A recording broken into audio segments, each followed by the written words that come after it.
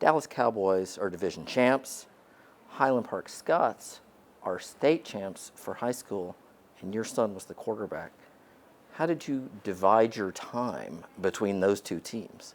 Well, the great news is John Stephen and the Highland Park Scots have a great coach in Coach Allen, great general manager, athletic director, and Coach Ringo. I was just a spectator, and so obviously there were activities before and after games and things that the parents did to support their kids, but didn't require a lot of preparation for me. I was just a cheerleader for John Stephen. Tell me how you learned that he was going to start. Well, it was I was sitting at training camp, and it was, of course, early out there, about 8 in the morning, or 9 in the morning actually, and they were finishing up practice because they had early morning practices. And I looked down at my phone; it was going off, and it was my son. And anyway, he said, "Dad, I got some good news." And I said, "Oh, really?" And I, really wasn't expecting anything. I just thought he was going to say, "Hey, I had a great day of practice," because he did, communicate quite regularly. "Hey, how'd practice go?"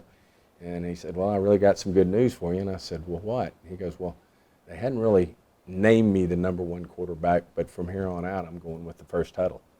And, I was obviously ecstatic. I knew there was a lot of work, that had to be done in terms of John Stephen, and that's exactly what I told him. I said, 5 or 6 I'm months. so happy for you, but you still got to put your foot on the gas and work at it and keep continuing to work hard to be the very best player you can be." And, of course, very joyous moment for me. We've seen hundreds of pictures probably and quite a few videos after Highland Park wins the state championship, and everybody is swarming onto the field, and you have got John Stephen wrapped in a hug, and before you step away where the mics can pick it up, you're right in his ear.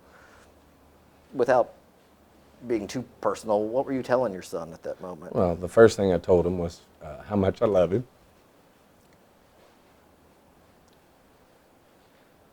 And then, the other thing I just told him, "You played a great game," but I said, "They can't take this away from you. You'll always be a champion."